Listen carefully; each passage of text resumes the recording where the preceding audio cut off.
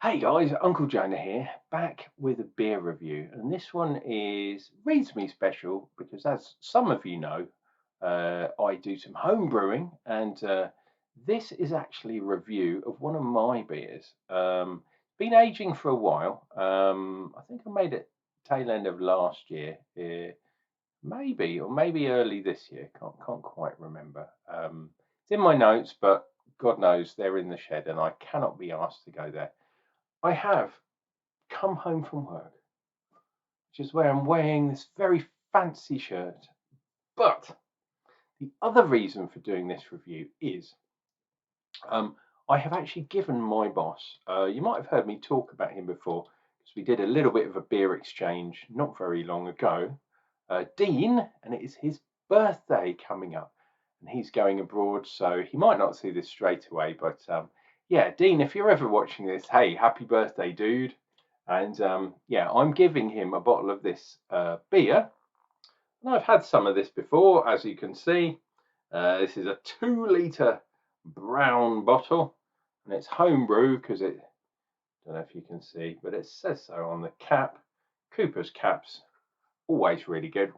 Oh, and this has been in the fridge for a while. Probably lost a little bit of the carbonation. This is a good beer. I do like this beer. Right, let's do a bit of a pour and try not to piss it all up the wall. Whoops. Try and get a bit of head on that bad boy. You got some head on there? A little bit of head. Right. Let me put this down. To be honest, I'm trying to get rid of this before before the missus really kicks off. Ah, she's lovely. Okay. This, believe it or not, is supposed to be a red ale. There we go. Can you see me through there? Nice and clear. It's not supposed to be a hazy.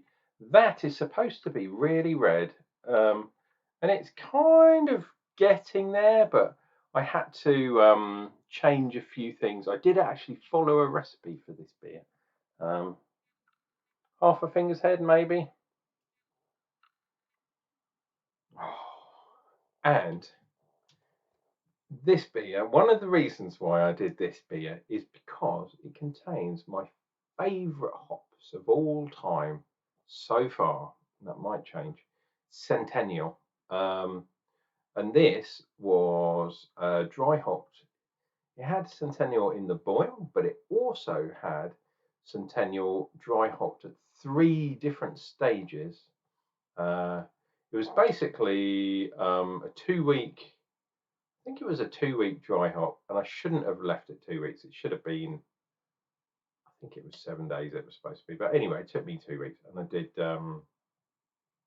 a certain amount for 2 days, then more for another 2 days, and then another set for another 2 days. So basically, this was ridiculous in the dry hopping. It is actually looking a bit more red now. If I had a torch and it was dark, I would definitely give you a shot with a torch because I want to give this beer every blooming chance. But yeah, it's more amber than red. The other thing that's unique about this particular beer is it's a rye beer. So it does have rye in it. Anyway, happy birthday, Dean. Cheers, my friend. Hopefully, all your endeavours will see you set sail on the right path, my friend. Cheers and beers to you, dude.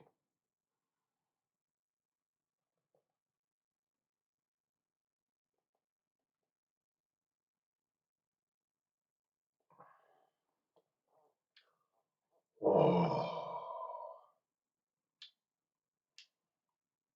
So, up front, we do have that rye backbone, followed by some hoppiness.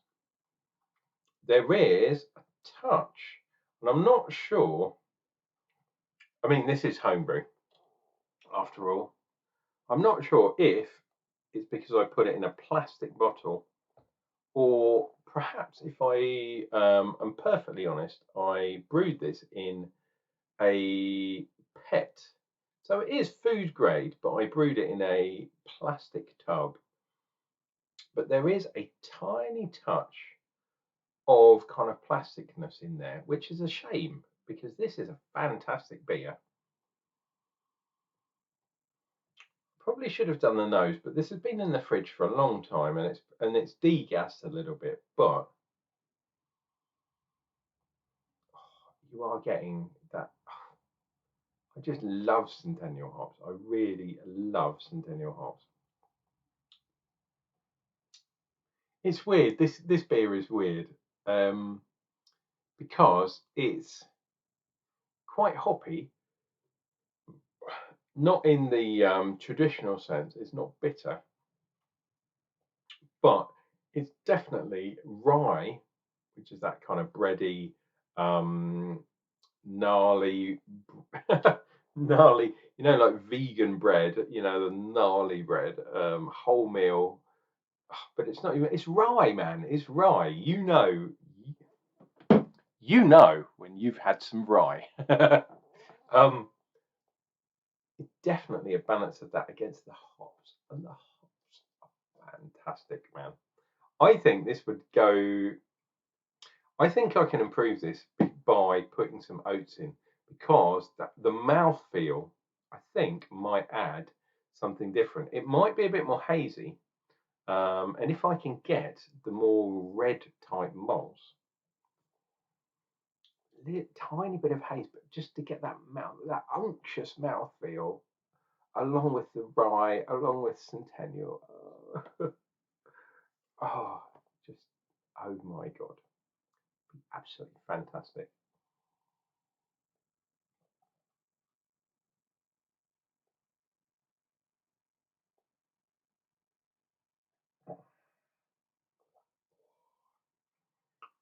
That is definitely a beer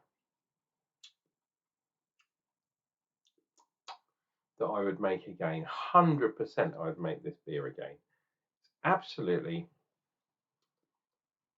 Oh, it's fantastic. It really is fantastic. What I would say is, now, this might be a little bit controversial, but I would definitely chill this one down, not to hide anything, but um, I don't know. It tastes much better chilled than if you just leave it standing, and that's unusual because I don't usually like to chill darker beers down. And I mean, okay, it's not superbly dark, but it is definitely not a lager. The only downside is you don't get the aromas so much. Yeah, and I can't remember. Let me dig out my phone. I don't do this often, but it's homebrew, so we can be a bit more rustic when we're drinking homebrew. Um, and weirdly enough, I do have a message from Dean on my phone. Something work related, which I probably can't. I can't say hush hush, you know. But what I'm trying to do is see what the other. Here we go. The other hops were Columbus. So it's a mixture of Columbus and Centennial. Rye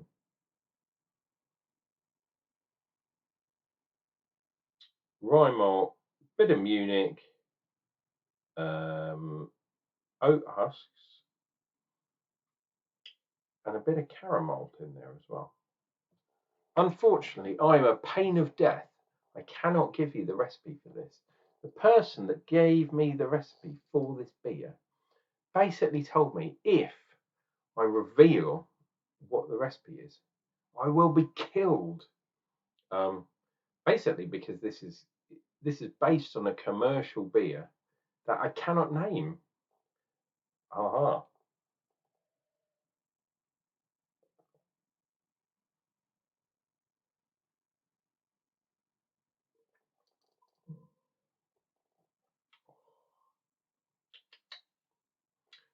As a home brewer,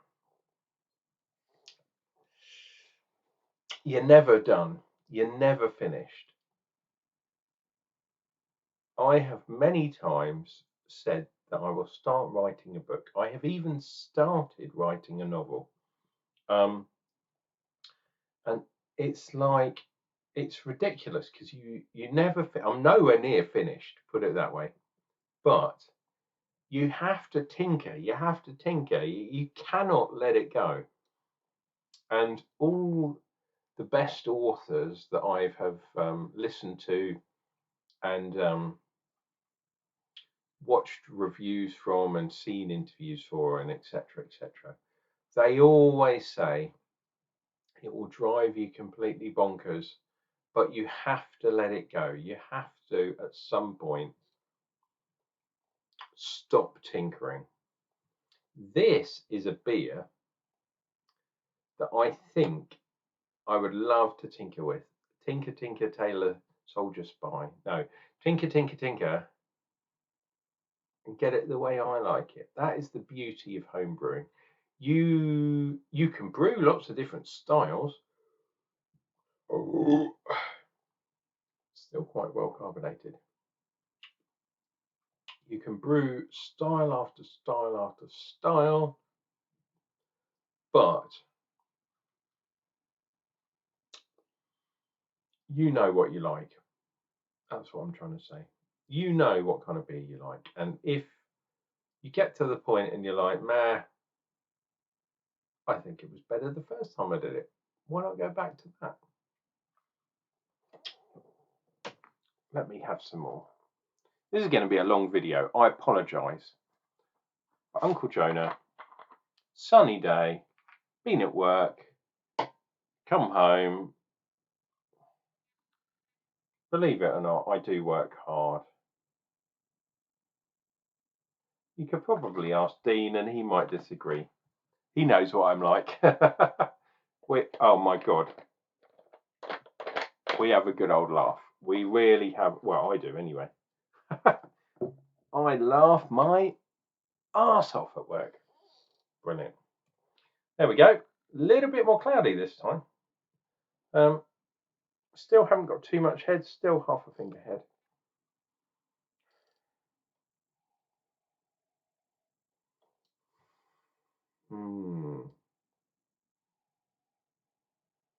If I'm being honest, I'm getting a tiny bit of that metallic kind of homebrewy type tang. I'm not sure where that's coming from, because this is an all grain beer. I literally took grains, hops, boiled them in water, added yeast, and this is what we got.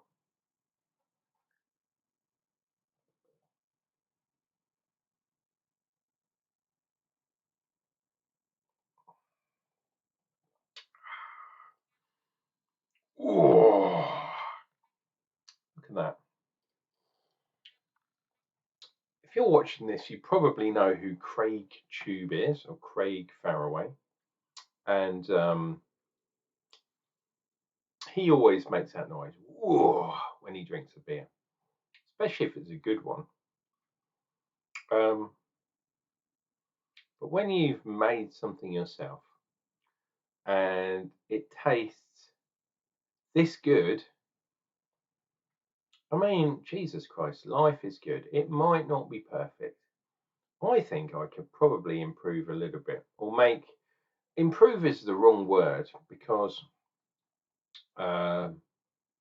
we all like different things and we all have different tastes, and our tastes change over time. Time is a fucker. Time is a cruel mistress.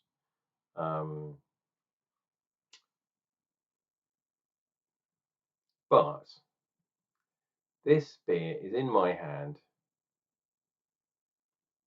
and a beer in the hand is worth more than a gallon of beer in your head.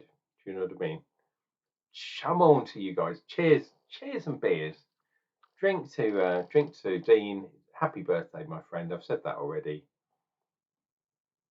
I think this is probably about 6%, maybe. I don't know.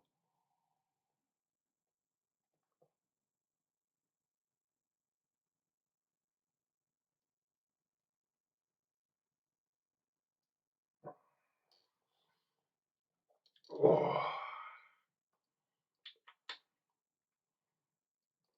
fantastic. I mean, look at that. We've even got some lacing on that bad boy as well. Absolutely ridiculous. Look, I'm going to kind of end it there. I could go on all night and I could drink beer in front of you. Might start doing some streaming again. But for now, guys, life is good. Beer is good.